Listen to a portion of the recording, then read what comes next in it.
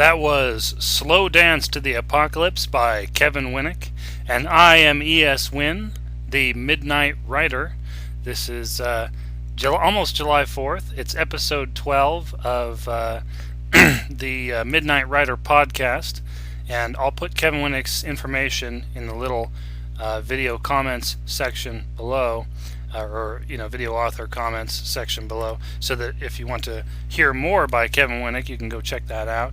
Also, if you or someone you know has a band or music that you'd like to see or like to hear headlining this podcast, send me.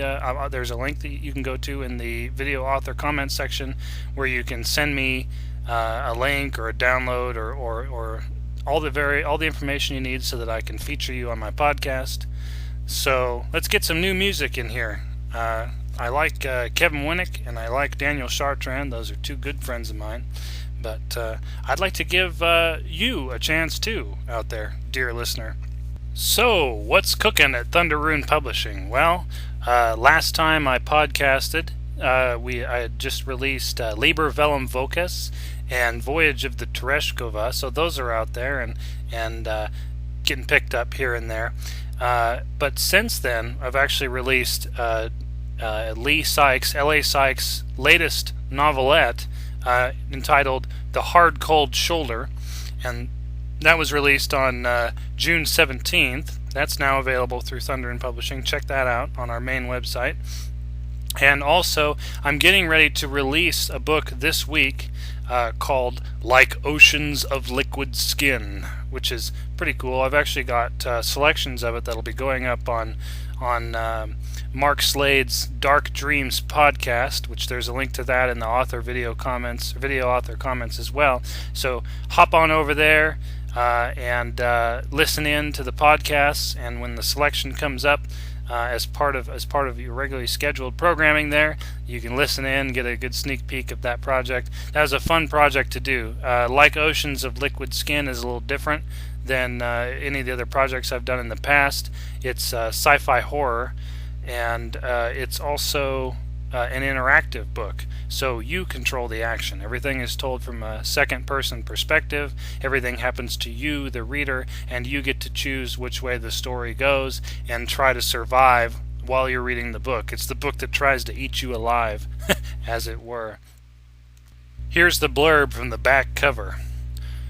You are Aldous, and the last place you want to be right now is on the surface of Orcus Delta. You're here, where the clouds hang heavy and brown in the humid sky, where hot rain pounds almost horizontal because something has gone wrong, and what that something could be worries you.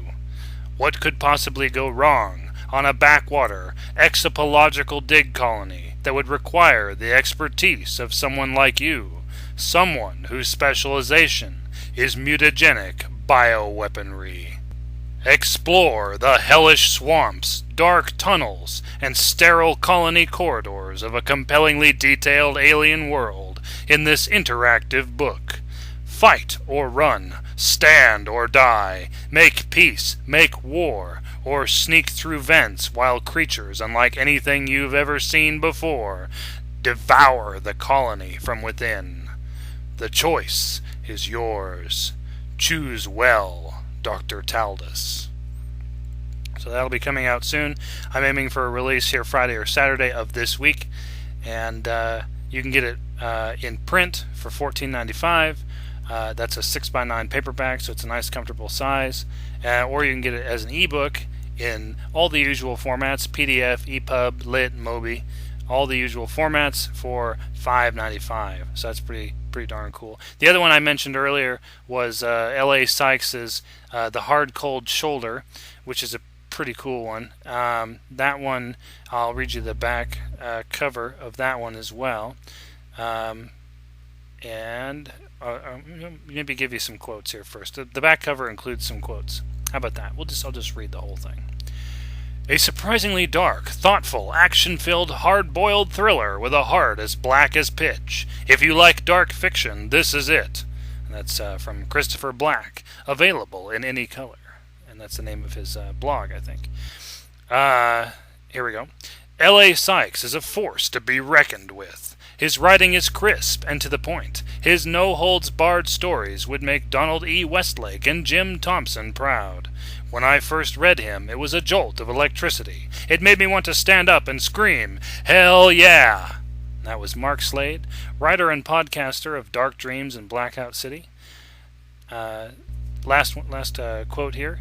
The hard, cold shoulder is clever, ruthless, and hard-boiled enough to give the meanest tough guy the shivers. And that's from Frank Larnard, who's also a writer that's got stuff all over the place. He's got stuff everywhere.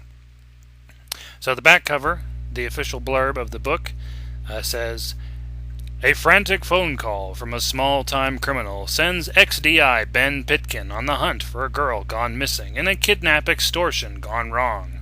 Forced to act outside of judicial procedure, Pitkin must follow a trail scattered with deceit and apathy through the back streets of small-town Greater Manchester.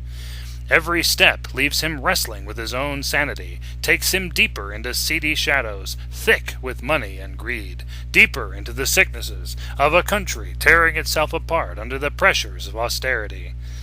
Northern noir at its most fierce, L.A. Sykes' novella, The Hard Cold Shoulder, takes a hard, cold look at the desperate actions of desperate people caught in the effects of psychological trauma. So that's a pretty cool one. As the editor, I was able to read the whole thing several times over and didn't get tired of it even once. It's really a fabulous book. So you can get that from Thunderrune Publishing as well. It's in the links, but it's also www.thunderrune.com with one R between Thunder and Rune, not two. So check that out. Check out Like Oceans of Liquid Skin when that comes out. In terms of the magazines that are run by Thunderrune Publishing, Daily Love and Leaves of Ink are both totally open for submissions right now. The cushion that I usually run, I try to run about a month-long cushion, has dropped to about a week and a half. So chances are good, if your material is good, of getting in. So send in those poems and short stories for Daily Love. Remember, Leaves of Ink is poetry only. Daily Love is poetry and short fiction. And then, of course, there's Linguistic Erosion, which has about a month-long cushion, so a little pickier there. Small errors will probably discourage or will probably disqualify stories that aren't stellar. But I've mentioned that before. For those of you who are just tuning in, it's a simple matter of if a story is good, it doesn't matter how many errors it has within reason. That being said, any editor is going to look at a story full of grammatical errors and think of all the time that he's going to have to spend to dig all those grammatical errors out. So generally a story with grammatical errors in it, and a great deal of grammatical errors in it, is going to take back seat to a story that's cleaner and as good, if not maybe just not quite as good. So something to keep in mind, something that you'll run across at all magazines, not just mine. But as I said, if you're looking for a good shot to get in, the odds are with you. The odds are ever in your favor, as it were, with Daily Love and Leaves of Ink. So check those out. Check out those sites. Daily Love is easy. It's www.dailylove.net. Leaves of Ink is a little more difficult. It's www.leaves-of-ink.com. So check those out. Send in some poetry, and I actually have a question that came in for the podcast. I do questions and answer questions when they do come in. So if you have a question, feel free to send it through the contact link below or leave it in the comments, and I will address it. But this one was pretty cool. I like this one, and it's actually one that I've gotten elsewhere too, not just in regards to the podcast. And the question is, what are your favorite books that you have written yourself? So, like I said, I get this one on a number quite often. It happens, when you've got, like Oceans of Liquid Skin is my 47th book. I'm aiming to get 50 books done before I turn 30. It's an ambitious goal, but I think I can do it. I've already got a couple of half-finished projects and a ton of concepts that are ready to be explored. I'm thinking that I may hit 50 books before the end of the year, which will be cool because my birthday's in May. So hey, gives me some time to start working on other projects. But okay, so my favorite books of mine, I would say, if I had to pick just one favorite book of all the books that I have ever written, and that is a hard thing to do because they're like children. You kind of you love them all. You love them all, and it's hard to pick just a favorite. So I'm going to start by saying the one that I probably am most proud of would be Last 5 Years. And it's not a big seller, but a lot of work went into it. It's I spent a lot of time. I sort of I refer to it in the past as my quote madness opus, and it was actually originally constructed over the course of 10 years over the length of an entire wall in a room. I got some paper from IKEA, some like a roll out sheet of paper, and I rolled out sheets of paper and covered an entire wall of the house where I was staying at the time, and would write little scraps, little quotes, and little bits of the story on pieces of paper, usually recycled paper that people had already printed something on one side of, and the clear side I would write little scraps, just a couple sentences, stuff that I knew I wanted to put into the book, and then I would cut them out and pin them or tape them to this sheet. And when I finally finished it, when I got to the point where I felt like I could tie it all together, I sat down and transcribed the whole thing over the course of about a week. It took about a week to transcribe everything that was on there to the computer, and then spent another week or two tying it together. But it was one of those things that was constructed in such a way that I wanted to make sure that every sentence had multiple meanings, and that in a sense you could get multiple stories out of the whole book. I meant for it to be as complex as I could make it, and I wanted it to be sort of, I wouldn't say a chore to read, but a challenge. A chore indicates it's something that you don't want to do, but a challenge is something that's difficult and yet fun, that you strive to do because it's something you want to do. You want to understand the book, and it's not just going to, open itself up to you. There is a story there that if you gloss over it and read it, you might go, wow, this is a weird story. But if you truly look into it, you look into the details, you take a moment to sort of savor the sentences, there's a whole motherlode of treasure just buried in that book. And it was a lot of fun to write because of that. So that's the closest thing I have to a personal favorite. As I said, every one of them is like a child. I don't have any that I don't like, I never wrote anything and went, ugh, God, glad that's over with. I've had some that were long and trying, and I wanted to finish them, but I still, you get into them again here and there. You get out of it, you get into it, you get out of it, and then you as you're writing it, you really like it, and you keep coming back to it, and you finish it because you want to share it with everyone else. So, Minerva, that was a fun one. That one was a concept that sat around in a desk drawer since high school. Yeah, at least since high school. I think it was 15 or 16 when I originally penned the draft for it, but ended up throwing out 99% of the draft when I rewrote it in 2010, I think it was. That one's a fun one. Definitely, it's one I like to sort of pass around because I'm proud of the writing style, the ease of the action on it.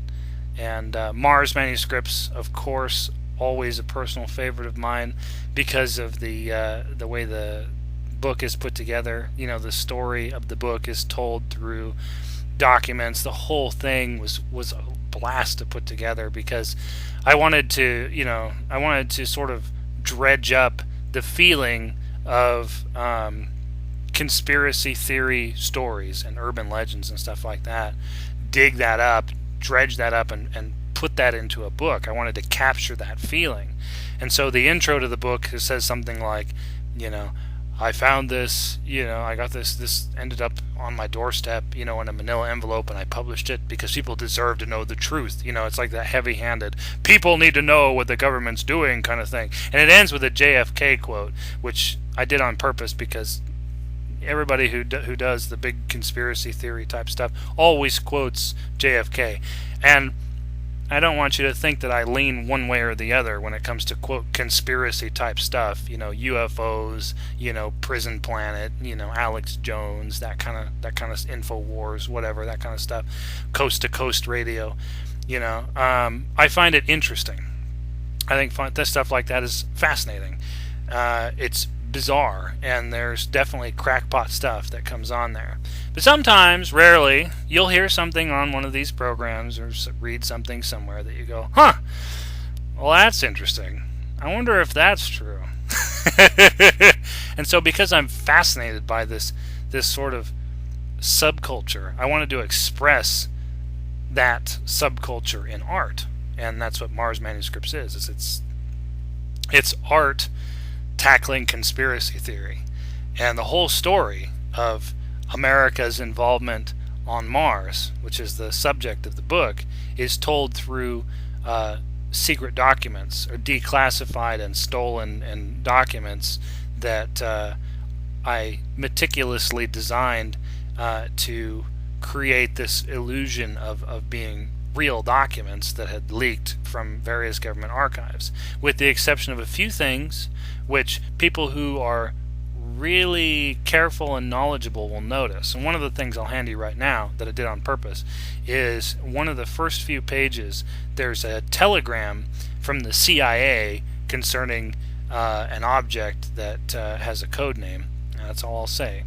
But and the date on it is from before the CIA exists. So people will, probably most people will read through it and go, "Ooh, the CIA, ooh, ooh, ooh," and then just keep going, But people who have an idea of when the CIA was founded, who take the stuff more seriously, or who have a bit of knowledge in terms of history and World War II, will recognize that the CIA didn't exist, at least not as we know it, on the date on that telegram.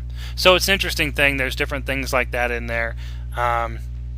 I've never offered or put out an official challenge of find all the Easter eggs in that book, but that would be a fun thing to do. So here we go. Here's the official challenge. Find all the Easter eggs in the Mars manuscript. See if you can find them all. There's quite a few of them. They're all fun.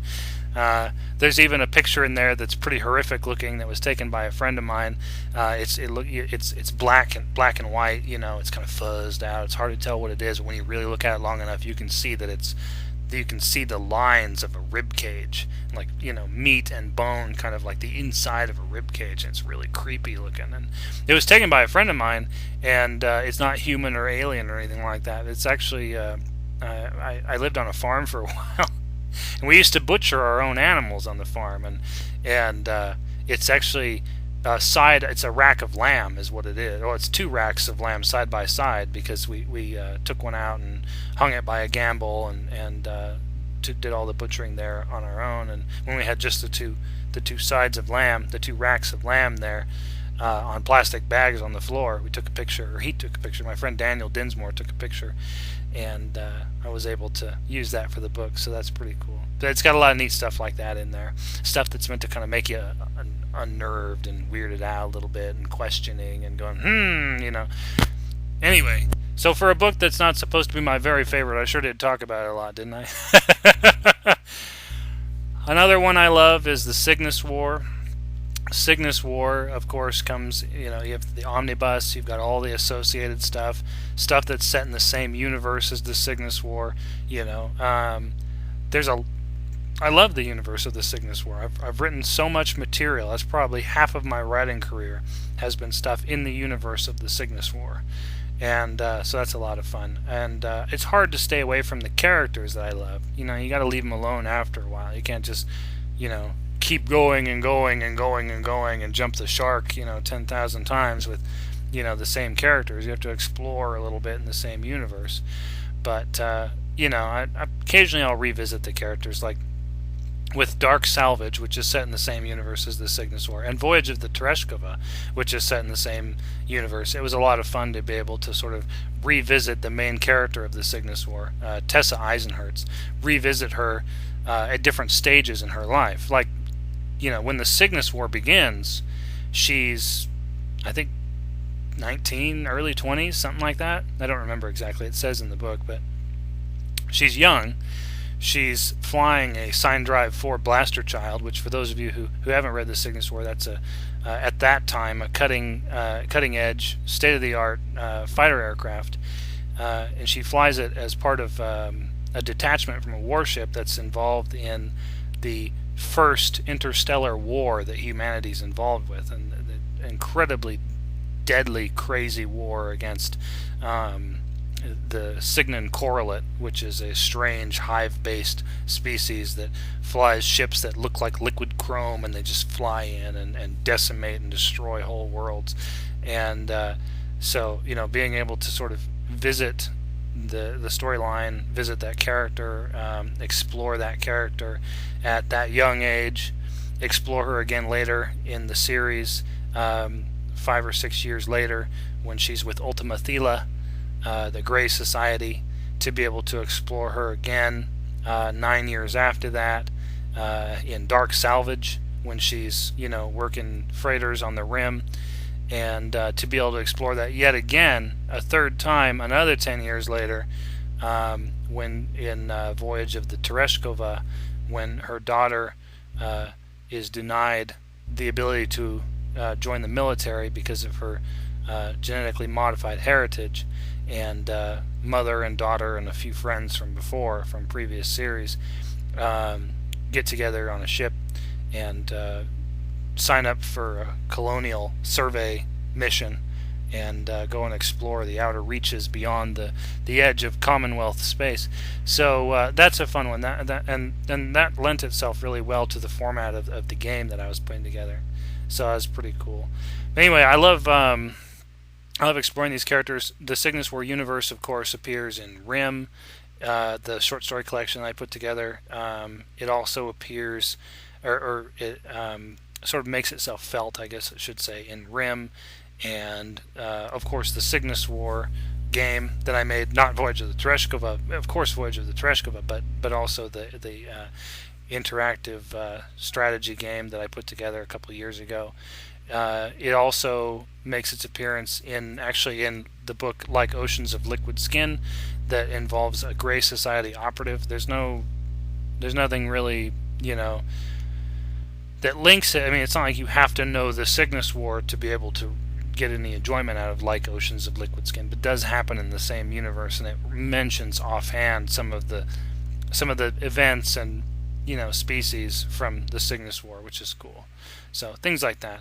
So those are fun. Other than that, I really enjoyed writing Letters from a Dead Earth. That was a fun one. Nothing really much to say about that other than the fact that it seemed like a really easy project when I started it, like something I could do in the course of a month, maybe a month and a half. But it ended up eating a good 3 months of my life, mostly because it takes way longer to build a 5,000 by 5,000 Minecraft map, which is sort of partnered with that product, or partnered with that book, than I thought it would. I thought maybe a week to make the map. How hard could it be? Especially when you're using a program like MC Edit, which allows you to copy and paste and edit, buildings on a massive scale. So you're not doing everything by hand. You're placing entire what do they call them? Skyscrapers and other multi-story structures, complete with, chests full of things to survive in them, and changing the material from brick to stone brick to whatever, to these different things to create this varied city really quickly. But each city took at least a week to build, and these are cities that aren't more than, say, 8 by 8 city blocks, 64 city blocks. I guess that's a pretty big city. It seemed like it wasn't that far, it wasn't that big of a deal. But anyway, so I was kind of surprised when it took me 3 months to build. I guess it's 10 cities But I guess I shouldn't be surprised because that is a lot of blocks to move. But anyway, so that was an interesting project. I started work on Gasoline Dorado, never finished it. Gasoline Dorado is the sequel to Letters from a Dead Earth. It has not been thrown away. It has not been abandoned. For those of you who may be familiar with it, I know there were a few people out there that kept asking, "When's it gonna come out?" But it's not it's not ready. And I have had other projects to work on that have been more interesting to me. And there hasn't been more than a few people who were genuinely expecting Gasoline Dorado, I think. So I'm sorry. Just take solace in knowing that it hasn't been thrown away. It hasn't been abandoned. I have all the files, and I can pick it up and finish it within the course of a month or two, if the demand is there. So I'll tell you what. How about this? If you liked Letters from a Dead Earth and you want to see Gasoline Dorado, then I need you to go out there and tell all your friends and anyone else about it. Spread the word, and if you spread the word and you get enough people rattling the doors and buying copies of Letters from a Dead Earth and that kind of stuff, let me know that this is something that a fair number of people want to pursue. Then there's a good chance that'll help influence me to find it interesting again, as terrible as that sounds. The more likely it is that I'll be able to finish it. But if there's only a couple people that are interested in it and the bulk of humanity either doesn't know about it or doesn't care, then it's just as well that I don't find it to be something I really want to explore much more at the moment. But maybe someday. I haven't given up on it. Let's see. Shores of the Nameless Gods. That's a fun short story collection I put together. Hyperborean texts.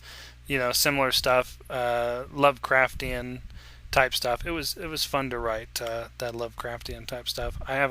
There's a part of me that likes to write horror sometimes, which is one of the reasons why I wrote Like Oceans of Liquid Skin here recently, and explored horror a little more in a couple other concepts that I'm working on.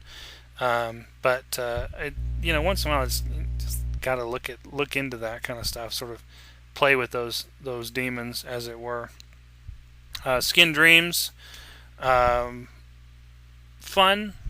I don't know. Less interesting the further out I get from it, I suppose. Deeply spiritual when I originally wrote it. I'm sure if I read it back through again, it would make me cry and have a wonderful time. But I love that book, but I have bad memories around it, so I put it out of my mind. Different things that went wrong during the creation of it, and yeah. Let's see. Other than that, Cinderblock Houses. That was a fun one. I've already mentioned Last 5 Years. Cinderblock Houses is a collection of short stories that are loosely based off of experiences I had growing up. There's elements of that also in Decay Americana, which is another one that I recently put out, just came out this year. And 21 Great Days is another fun one that is also sort of that general fiction and creative nonfiction sort of thing. 21 short stories that are all second person and talk about actually one of them is first person, but they're all second person except for that one, and they talk about they sort of cast you in the role of somebody having a really good day, which is cool. I thought it was a neat idea. I gave a copy of it to a bunch of people who I sort of was thinking of when I was writing it, people who were dealing with custody battles, and people who were dealing with real serious health problems, and people who were always down about their weight, and stuff like that. Each of these stories addresses a different malady or a different thing that people are upset about that I know, and so I wrote a story for each one of them. Some stories are for more than one person, and just kind of sort of that positive intention thing. Good thoughts, good vibes, you want to say. Good vibes to try to heal people. So, yeah, it was fun. Beyond the Zompocalypse, loved writing that book. Absolutely loved writing it. That's the book that's part of the... It's a universal role-playing resource book. I'm not sure if I mentioned it already in a previous podcast, but that's actually Creative Commons share alike, Not, I think well, something like that. It says on the book. I'll look at the book real quick. I'll pull it up so I don't misquote and say something that it isn't. It is a free cultural license. That's right. Creative Commons. So you can share it with your friends. It's developer friendly. And I actually have related resources available for people to download so that they can do neat things with it. That was a fun one to write. I loved writing that one because I was able to explore the effects that various different sci-fi and near-future weaponry would have on zombies, which is pretty cool because one of the things I always liked about sci-fi is the exotic weapons technology, all the different ways to die, as it were. So the writing resources, of course, those were all fun to write. Modern Creative Writers Workbook and Manual, the Settings, Focus Objects, and Mix-Ups workbooks. And I definitely enjoyed those. And then the two metaphysical books, Liber Luminopticon and Liber Velum Vocis, both came out this year and were a lot of fun to do as well. So, a lot of, I would say if you want to know what my absolute favorite book is, it's got to be Last 5 Years. That's a hard call to make, but that's probably my favorite book that I've written. The one that sells the most copies would be the Cygnus War, the Omnibus edition. But in terms of short stories, The Quiet Apocalypse, which is one of my e-shorts through Thunder and Publishing, that sells at least 1 or 2 copies every day, which isn't much, but it's cool. It means that it's kind of a sleeper hit, I suppose. I would say for people who are interested in checking out a book by me, pick up the Mars manuscripts, Cygnus War, or depending on what your tastes are. There's a wide range of stuff that I've written. Cinder Block Houses. Cinder Block Houses is probably the most accessible and most interesting. It's general fiction, so you don't have to get into any weird genres or anything like that. It's not sci-fi. If you're looking for sci-fi, I've got plenty of that. But most of the people who come up to me and say, "So, of all the books you've ever written, which one is your favorite? Which one should I get?"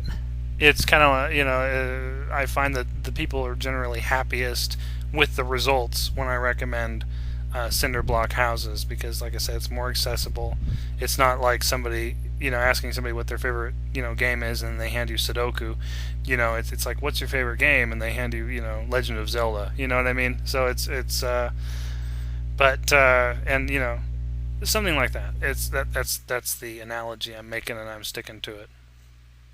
For those of you who might be interested in reading something that I've written that isn't a book-length product, we've also got a number of e-shorts available through Thunder and Publishing, and I'd say of all of those, my favorite would probably be the Arkenstride series. So check that out. That's fantasy though. So if you're into the fantasy genre, that's perfect for you. If you're looking for something more general fiction, I only have one. It's called Baby Jesus Eyes, and that's a selection from the Cinder Block Houses book. So there's that, and if you're looking for horror, there's Children of the Indigai and 805, subtitle Horoscope, which are both fun projects of mine that I was writing a while ago, or that I wrote a while ago. Quiet Apocalypse, as I said, is the best-selling. It's post-apocalyptic, near-future sci-fi type of a thing. And then Perfect Downfall, which is hard sci-fi, is also good. So that's the books that I've done. I'm still writing short stories even as I progress towards my 50 before 30 goal. I actually just yesterday penned and edited a short story, another episode for the Blackout City podcast. So that one will be coming up at some point, and probably let my listeners know once that's up and available to listen to. A lot of fun. I think it's my third contribution so far to the Blackout City podcast. I enjoy I enjoy doing this stuff for the Blackout City podcast. It's a fun universe. The universe of the Blackout City podcast is 1960s slash 70s, like mid 1960s. Mid 1960s vision of the future, kind of a dismal, dystopic, hard-boiled noir type of thing with lots of different drugs and whatnot that people are, even the common man is on to sort of dredge through life. It's a wonderful series, a great commentary on a lot of things. Dark, surreal, full of sci-fi elements. I mean, it's a fun universe to play in. And whenever I finish a book, I take breaks between books. I'll write a book and then I'll take a break. And during the breaks, I tend to take care of littler projects. And I had it on my list for a while. I wanted to write another episode for Blackout City, so I was kind of glad I was able to get that written, play around in that universe a little bit during the course of yesterday. And I'm getting ready to write another short story here this week, not for podcasting, but actually for an anthology. I got the go-ahead from my favorite author, Storm Constantine, to write a short story somewhere between 3,000 and 5,000 words. She okayed the concept, and it's going to be if she likes the finished product, it'll get accepted into her next anthology, which is called Para Kindred. And so that was a lot of fun. That's pretty cool. I'm excited about that. It's another anthology set in the Rayethu universe. So if you're familiar with the Rayethu universe, it's sort of kind of mandatory to be kind of familiar with the Rayethu universe to be writing additions to it. But it's another fun universe to play in. I like that she's so open as an author to user or reader contributions, and there's just something really awesome about being published in the same anthology as your favorite author. It's something that makes me really proud. So, other than that, another project to look out for, check out, is the game Starbound. If you're not familiar with Starbound, that's at www.playstarbound.com. It's put together by one of the guys from the team that did the game Terraria, which is a 2D open-world sandbox platformer, which is pretty darn cool. Starbound is also an open world sandbox platformer, but it's sci-fi in nature. You fly around the galaxy visiting alien worlds full of procedurally generated surfaces. The worlds are totally procedurally generated, randomly generated, and all the life forms that are on the planet are randomly generated. So each planet has its own species. And if you find it's really ingeniously done. Each planet, therefore, because it's composed of each system, because they're composed of all these random elements, no two planets are alike. But there's a code for each world, like a series of quote coordinates that tell the computer how to generate the world, or the system how to generate the worlds, and how to generate the life forms on the world, so that you can share the coordinates with your friends. So if you're out there and you find a random world that's just totally bizarre and interesting, you can share that exact world with your friends, which is pretty darn cool. I mean, it's similar to the seed system on Minecraft. So for those of you who are familiar with Minecraft, especially those of you who know about creating a map using a seed, basically it's a string of letters and numbers that tells the map how to create the randomly generated land around it. I'm assuming that Starbound probably uses a similar idea, some sort of seed thing for generating worlds and life forms and whatnot, so you can share them. So that's pretty cool. Another fun indie game along the lines of, well, not really along the lines of FTL, but same genre.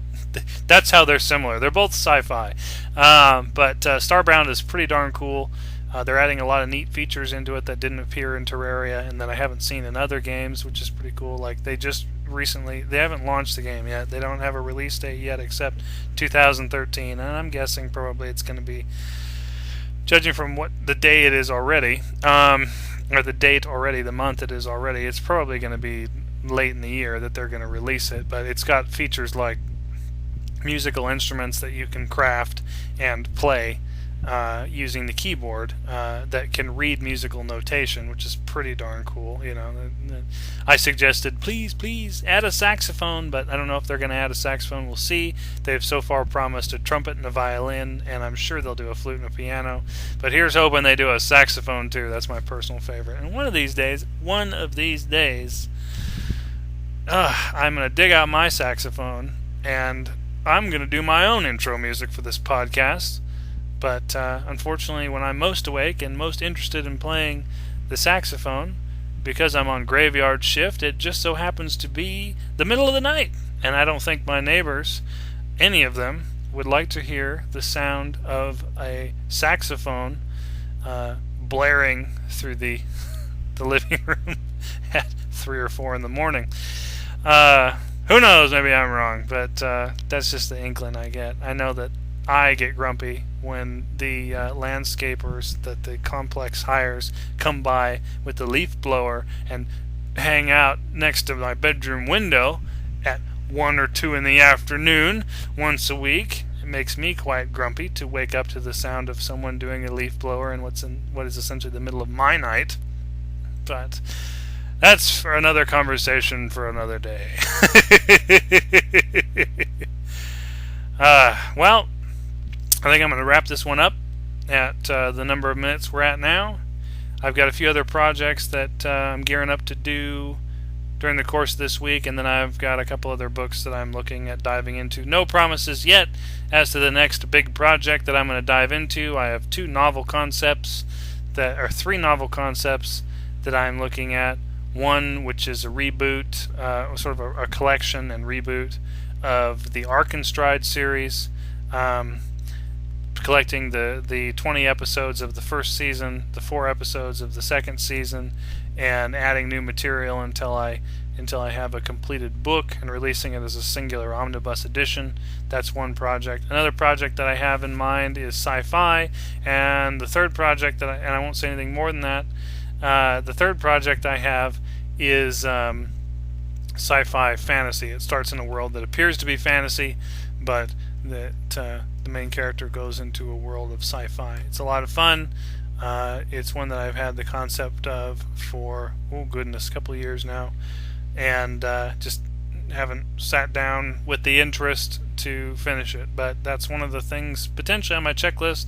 I'm also drawing up the concepts for another poetry book, a poetry short fiction type of a thing, similar in nature to Decay Americana, but focused on the art that I do, the pyrographic, which is fire writing in Greek. It's a Greek terminology. It's basically wood-burnt wood art with a sort of a spiritual or shamanic twist to it. I originally learned by observing the wonderful pyrographic painter Stephen Jesse Wills, who still does stuff rarely here and there, but I liked his style so much that I said if I was going to learn any format of painting, I would learn how to do pyrographic painting. And I've done it for 3 or 4 years now, and I've amassed quite a collection of artwork created by yours truly, and I thought it would be fun to collect that artwork into a photo book that also has bits of poetry that are related to each piece displayed within the book. So that's another thing. Probably that'll be the next project, and then I'll pick between the 3, or maybe pick up another